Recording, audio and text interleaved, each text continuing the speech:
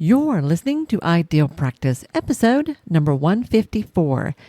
Today, guys, I want to follow up on this theme around doing creative things in your practice. I want to show you how creative you can get. Today, we're going to talk about my own forays into experiential work. Today, I'm going to tell you all about secret adventures. So, stay tuned.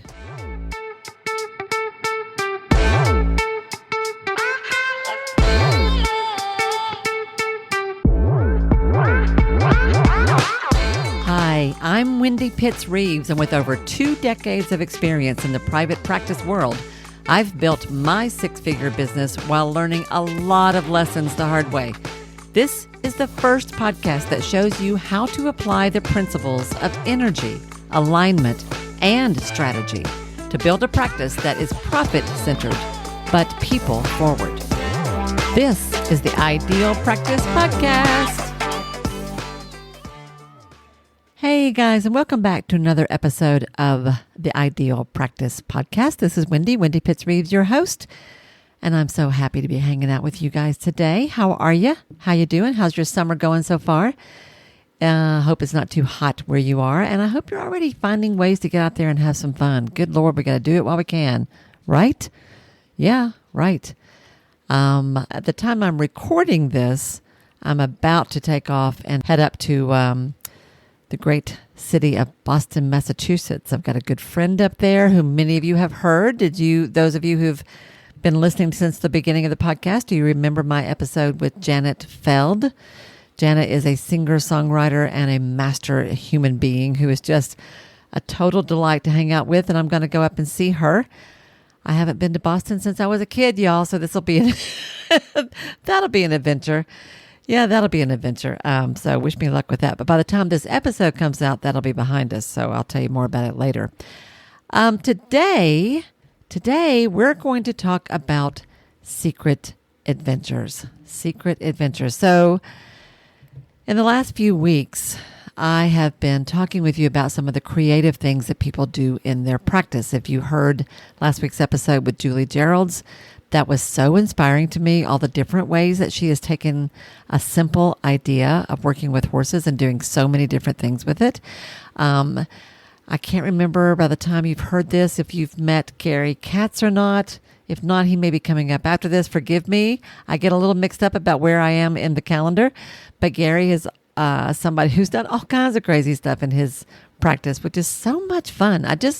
I love the sheer variety of ways that we can serve our clients, that we can make a difference in the world, that we can have fun doing good, important work, and creative ways to make money. So I just really love that whole concept, and that's kind of what I'm kind of into at the moment. So I thought today I would share with you a story about something kind of crazy that I did back in the day. And some of the lessons that I learned from it. So let me ask you this first of all. Have you ever found yourself in your clinical work, whatever kind of work you do, whether it's psychotherapy, whether it's somatic work, massage, yoga, whatever, have you ever had a week or a period of time when you find yourself saying the same thing to clients all the time? Like I think of it as the theme of the week. I will find myself telling the same story, giving the same homework, using the same metaphor or example. It's like there are certain patterns that sort of show up in the work sometime for a week or two at a time, sometimes over a period of several weeks at a time. Well, there was a time several years ago when I myself was going through a huge transition. I had come off of the county commission where I had served a term in public office. That had been a pretty intense 4 years of my life, and I was trying to sort of figure out what was next. And I was asking a lot of questions personally about what I wanted, what mattered to me, what I cared about, where I wanted to go next in my life, in my work, kind of in everything. You ever have those kind of moments, right? And as part of that process, as I was exploring with myself what I cared about, what I enjoyed, I was paying extra attention to the conversations I was having with clients. And that's where I noticed this particular theme.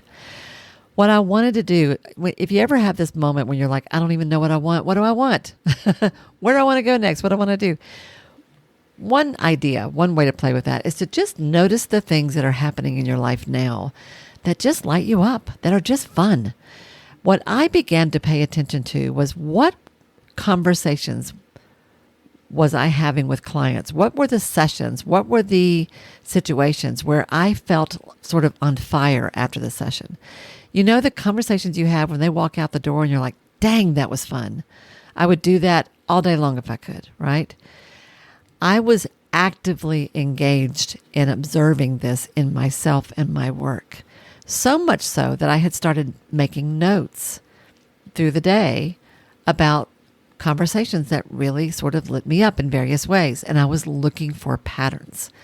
Well, one of the patterns that I recognized was that what I got really excited about was when any client would indulge me as we talked about certain topics: camping, hiking, backpacking, or travel. Whether it was relevant or not, whether we were just, shooting the breeze at the beginning of a session before we got into the meat of the day, whatever it was, or whether it was actually totally relevant to whatever was going on for them. In various ways, I began to notice that when those topics came up, well, I had to be careful or I would talk about that the whole session instead of while they were there. What was cool was I began to realize that when I could convince, especially my female clients, now I had a pretty wide-ranging practice. I worked with teenagers, I worked with full families, I worked with a lot of parents, either as a couple or as individuals. I did a little bit of everything back then. I had a fairly generic practice. But when I could convince women in particular to go do something that was bigger than they thought they could do, amazing things would begin to happen. And especially if I could convince them to travel. So hold on to that thought for a moment. And I'm going to come back and tell you in a minute where that goes. Okay? Now, before I get into this, I want to invite you, if you love this podcast, I hope you're sharing it with a friend. I have actually, y'all, this is kind of crazy. Twice in the last few weeks, I've had two different people tell me that they are going back to the very beginning. These are new listeners who've just learned about it or just stumbled onto the podcast. They are going back to the very beginning and listening to every single episode. And one of them is carrying a notebook around with her and taking notes. That sort of freaks me out a little bit. I have to admit, I'm kind of like, oh my gosh, I don't know that I would want to do that with any podcast, but okay. And I had to warn them, you're going to hear certain things over and over because I can beat a dead horse sometime with certain principles. But how cool is that also, that what we're doing here is important enough and valuable enough that some of you are feeling like that. That touches my heart in a big way. If that's how this feels to you, I'd love to hear from you. Would you maybe shoot me an email and tell me what it is you're enjoying about this podcast? Share it with a friend. Share a review if you haven't done that already. But really, I just love hearing from you. So let me know, because that encourages me and gives me the drive and the motivation and the excitement to keep going, because I love doing this if you guys love it. So there you go.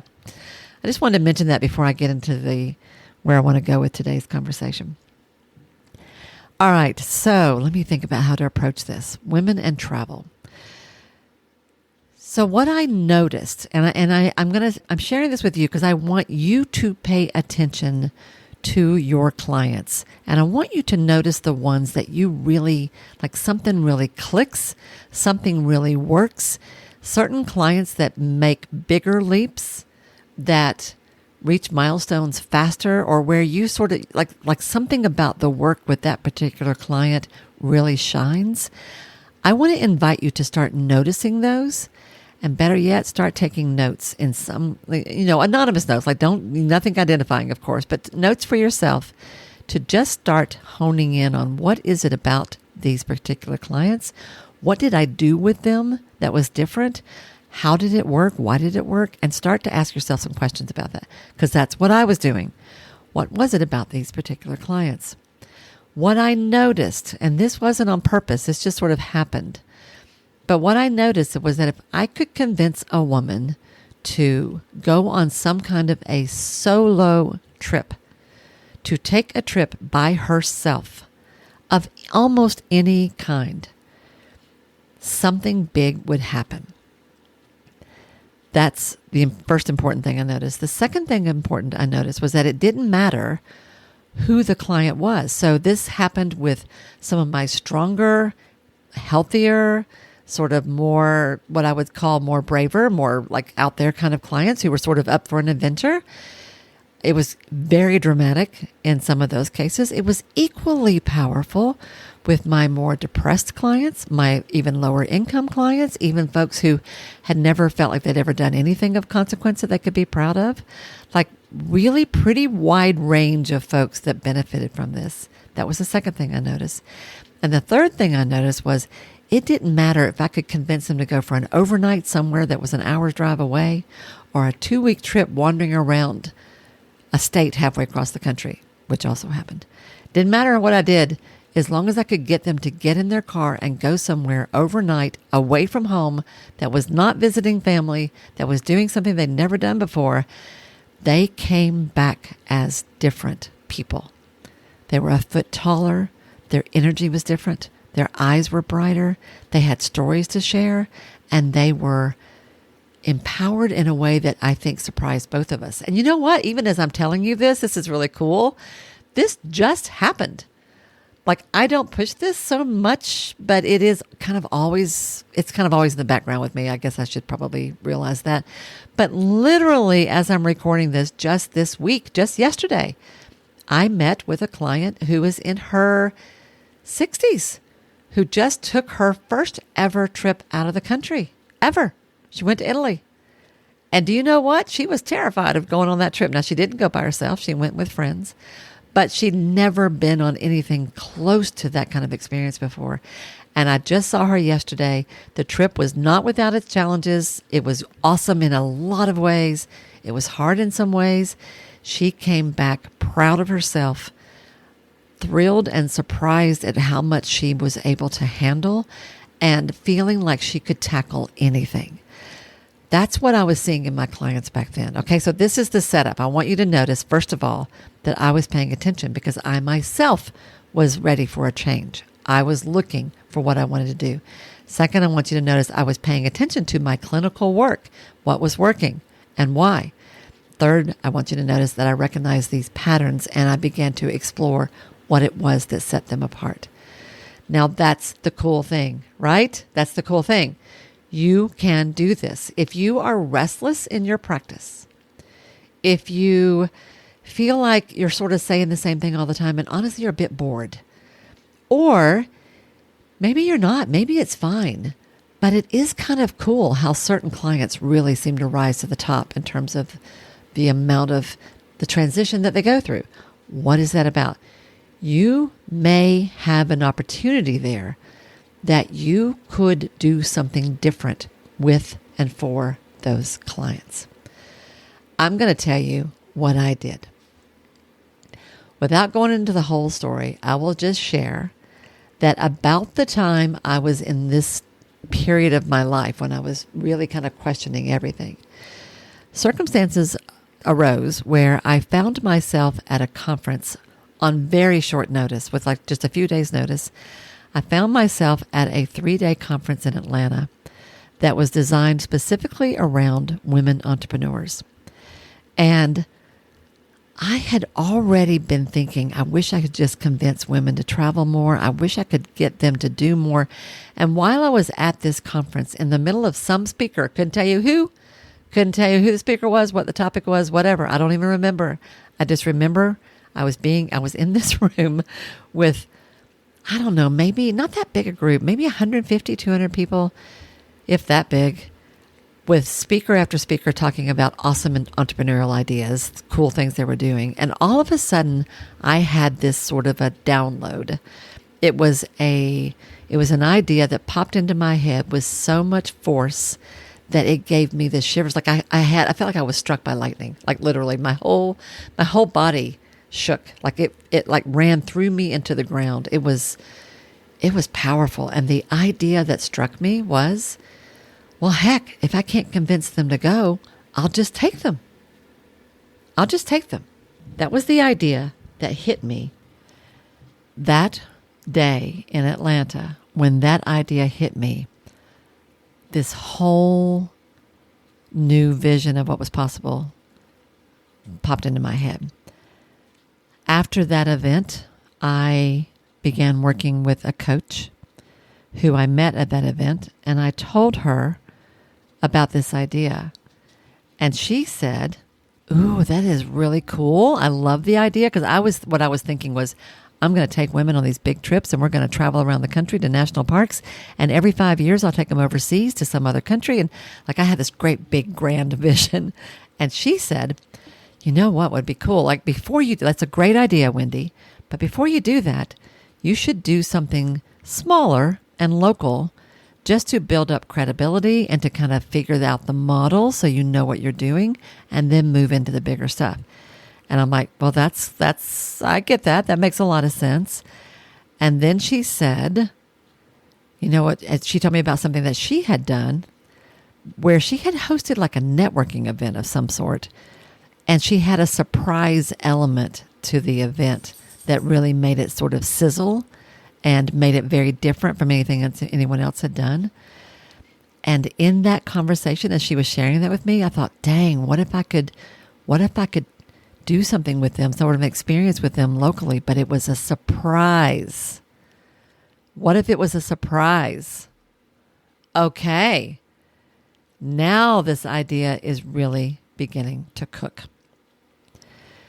So the idea where I kind of settled on in my conversations with her, and as I did a lot of journaling and brainstorming and sort of thinking this through over the next, not real long, just a few weeks, I came up with a plan.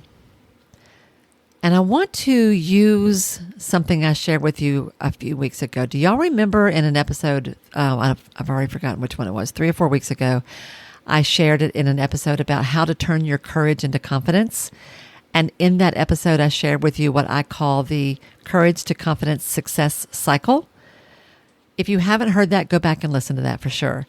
In that episode, I shared with you this sort of cyclical process that I go through every time I'm ready to step up in some way in my business, and every time there's something big I want to try that I haven't done before. Well, I totally did that here. So I'm going to use that as my framework to explain to you what I did and how freaking nuts this was. Because it was nuts. Okay. So the 7 phases of this courage to confidence success cycle were, just to kind of refresh your memory if you haven't heard that, they were: dream of the idea, decide what you're going to do, declare your intentions in some way with your words or your wallet, design the idea, now you go out and figure out the how, deliver, go do what you said you were going to do, debrief, process it afterwards, figure out what worked, what didn't, and then dance, celebrate.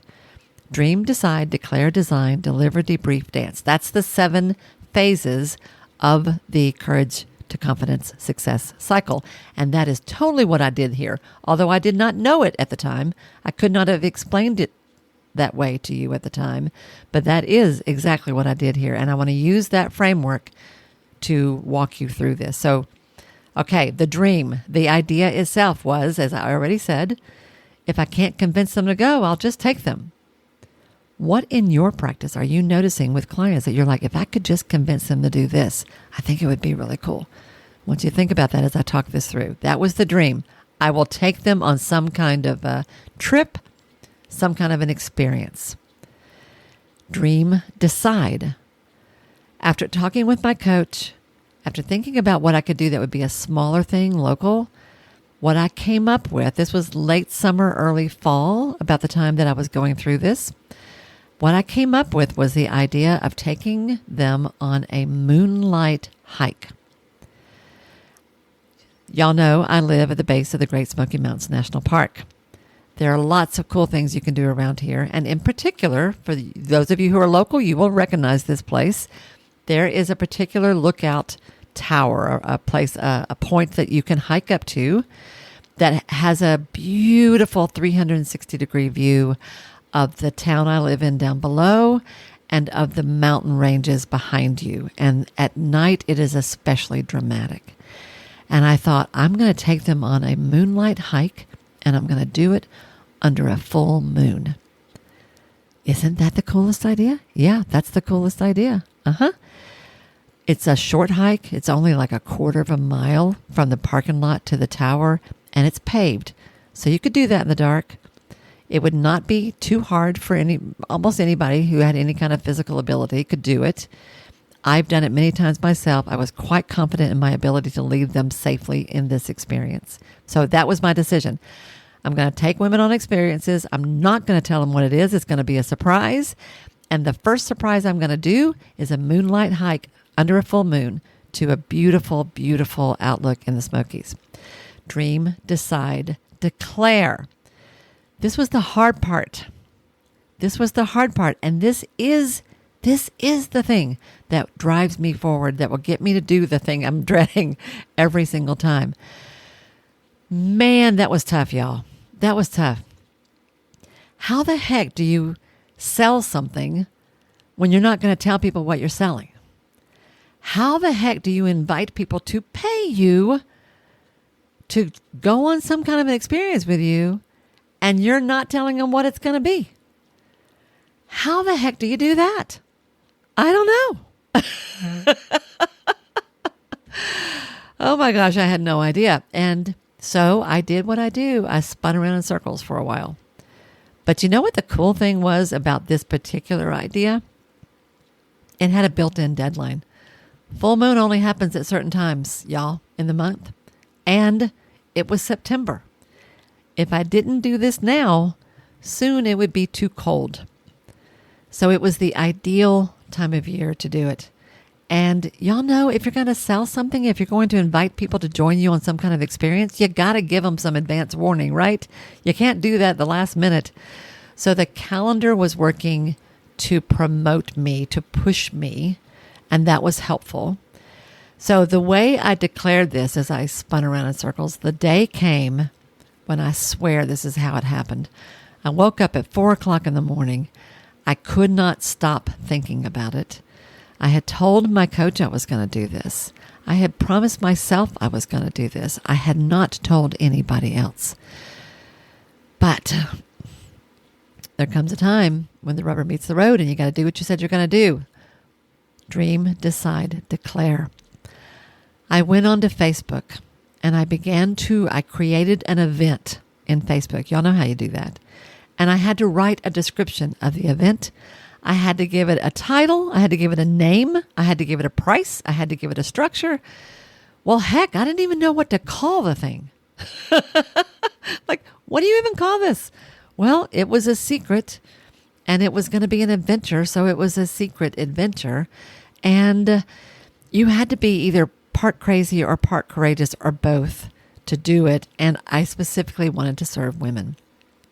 So it was a secret adventure for courageous women. I didn't even really think of that as the title of this as a series at the time. That was literally what I was promoting in that moment. Little did I know what a thing this would become. So I at 4 o'clock in the morning, I started writing out my description of this event, and it was tough.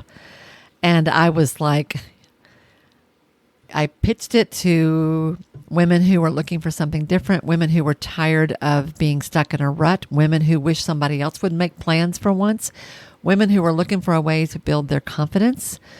I don't even remember what I said, but I said something to the effect of, are you tired of being stuck in a routine?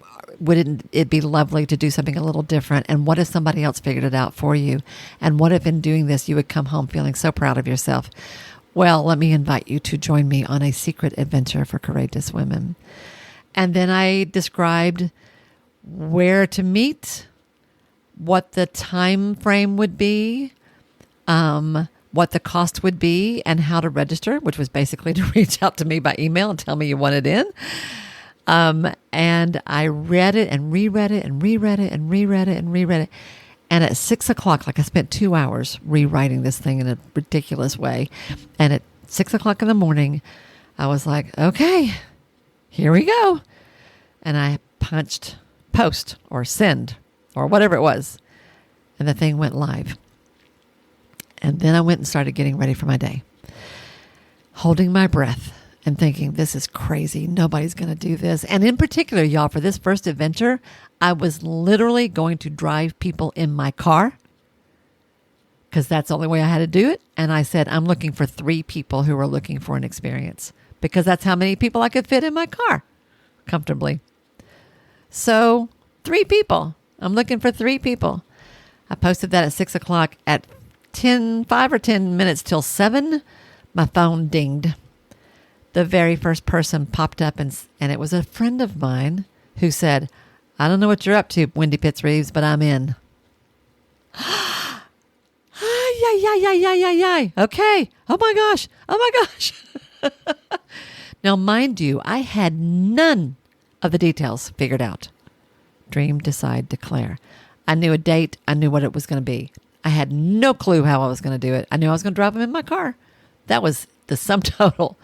I was going to do this on a Monday night because I wanted to show them you could do something fun and different even on a work day or a weeknight. So I purposely set it up that way. And now I had my first customer. So now I had to do it. See how the declare thing works? I did a little happy dance around my bathroom while I was putting on my makeup that morning. Thrilled and terrified at the same time.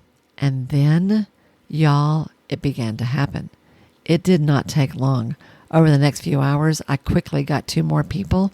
What I had not anticipated was I had a 4th, and then a 5th, and then a 6th, and then a 7th.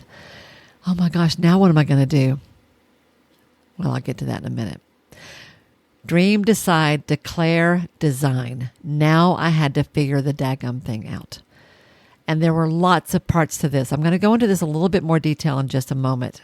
But for now, I'll just tell you that the first thing I had to do was figure out like where they were going to meet me, how I was going to get them up to the mountains, what we were going to do that was going to lead them into this hike without them figuring it out in advance. And what I came up with was we would do a sunset picnic. It's a particular spot around here where a lot of people go up and set up on a high spot in the foothills to watch the sunset over the city. It's a beautiful spot.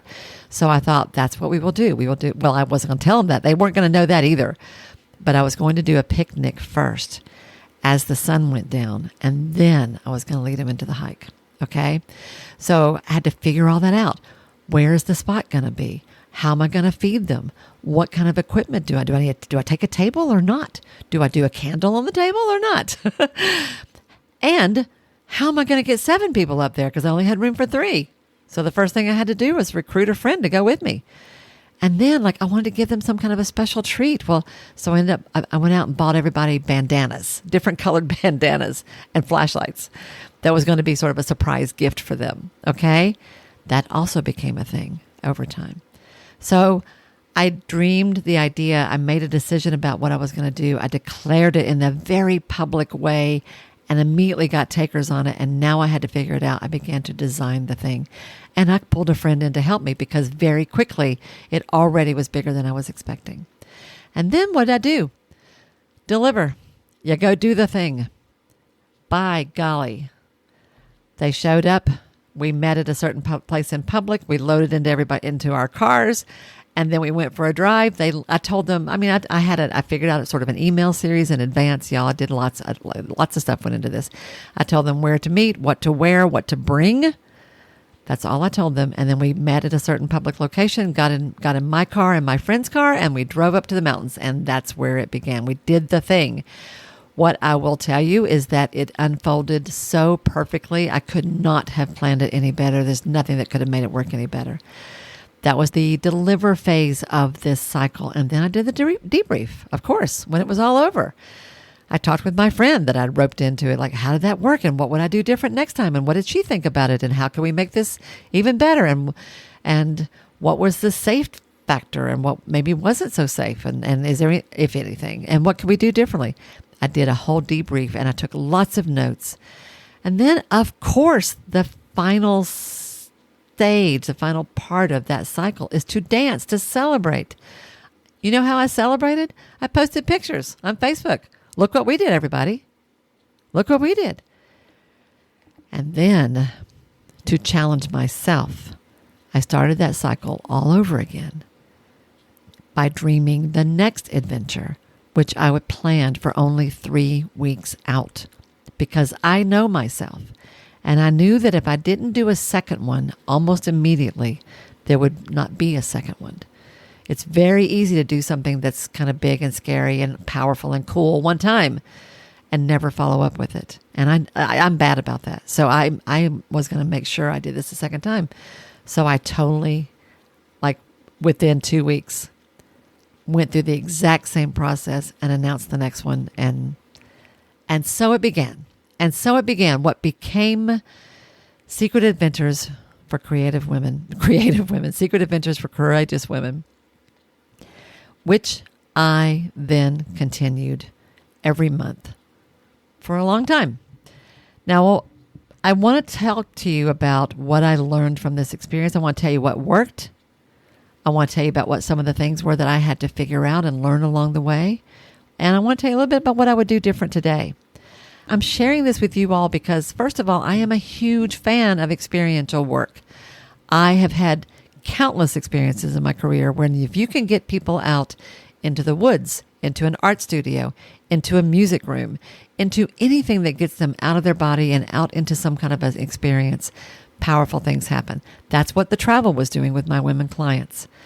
That's also what this was. I want you to, for those of you who are inclined this way at all, I want to inspire you to consider adding something like this to your practice. It's not for everybody, y'all.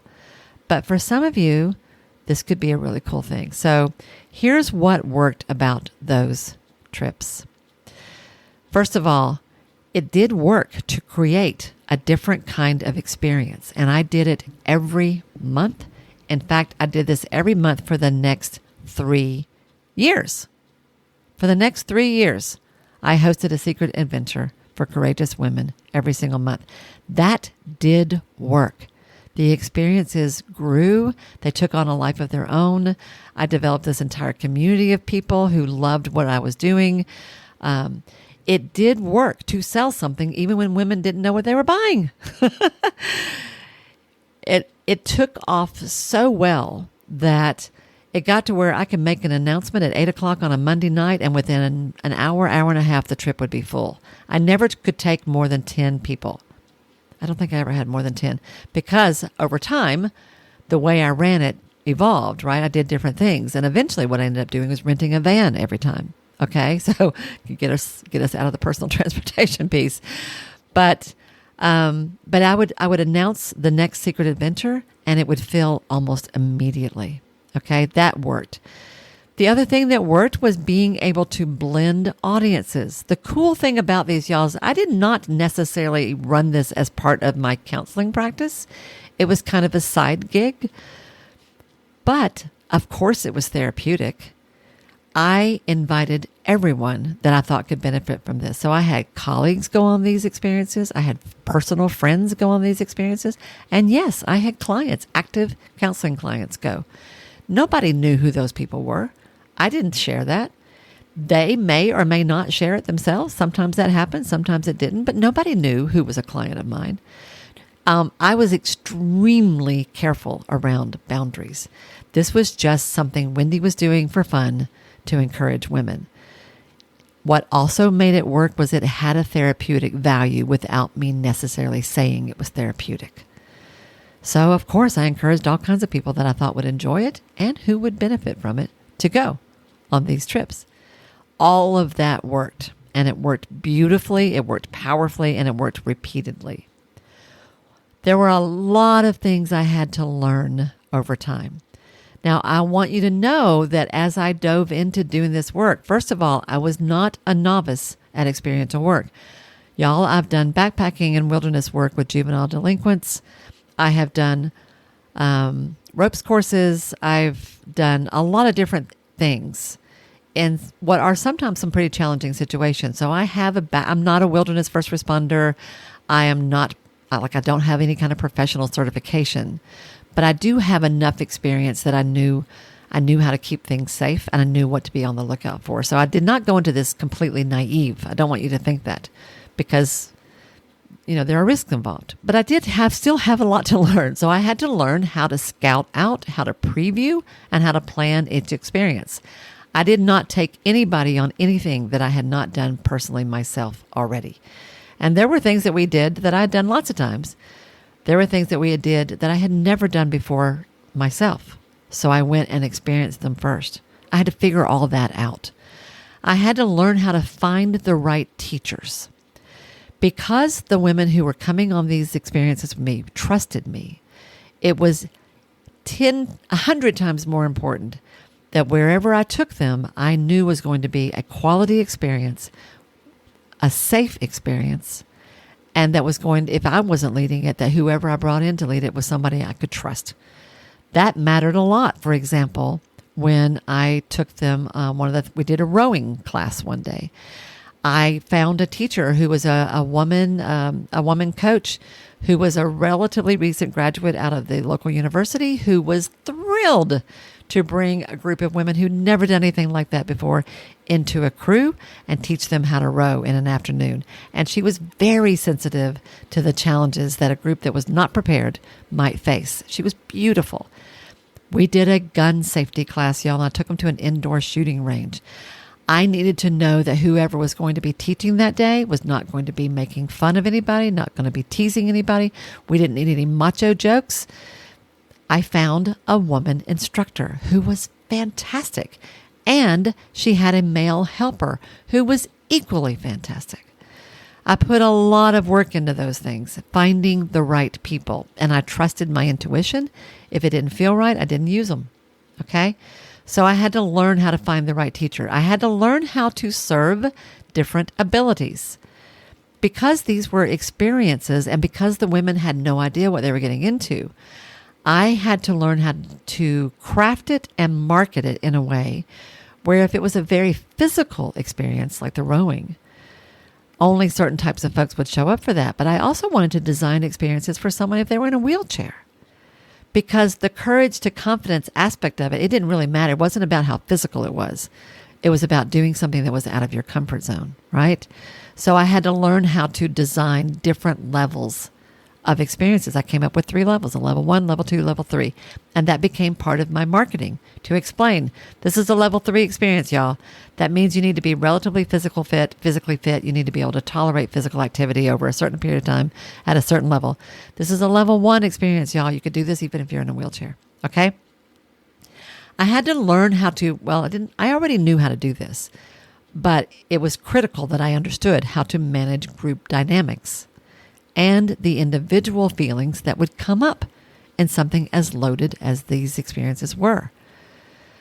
I'm telling you, it didn't matter what we were doing. We did a pottery class. That brought up all kinds of stuff for one person. That hike to the mountain, that very first moonlight hike, we got up to the top of that trail. It was a powerful, beautiful night. It was fantastic. Got up to the top, and one of the women in the group said that that had been the place she and her recent ex-husband used to come to all the time, and that she had not been up there since their divorce. So it was a very moving experience for her to be up there in a supportive group. Could I have predicted that? No. But do you know what? I had someone with that kind of experience on almost every single trip. Don't have time to go into that here, but it was kind of uncanny how on every single group, there was someone in that group that needed exactly what we were doing that day, often in ways I could never have predicted. It would freak you out if I told you about some of the stories. So that was cool. So I had to learn how to be prepared for that and to navigate that and to handle the emotion of that for the individuals and also group dynamics. Sometimes there were some group dynamics that were tricky that I also had to handle. This is where my background as a therapist came in handy. I had to learn how to make sure everybody was safe. One of the things I learned is that sometimes people overestimated their abilities and signed up for things they shouldn't have. I learned to be prepared for that and to have backup plans for that. I also, just from the business standpoint, I had to learn how to create sort of bigger ticket items that had a richer, deeper experience for people, like weekend retreats, or in one case, I took folks to the beach for a whole week. No, that wasn't a surprise. They knew they were going to the beach, but I built secret adventures into that experience while we were there. One of the biggest things I had to learn was how to protect my own liability along the way. So there was a ton of business lessons.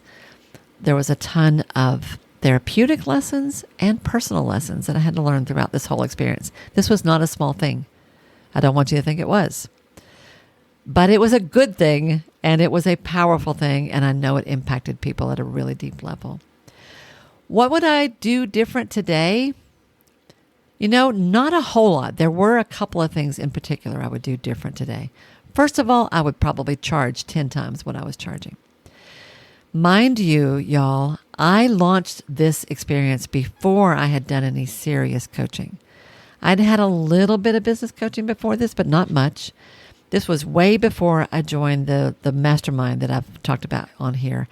If I knew then what I know now, easily I would have charged 10 times what I was charging, if not more. I was not charging enough to make it worth the time or effort that I put into each experience, not even close. I did over time gradually raise the prices, and people did keep coming. Like, that never stopped. In the beginning, I was charging $20, $30 an experience. By the time I was done, I was charging $120 or $30 an experience. Today, I would probably charge $400 or $500.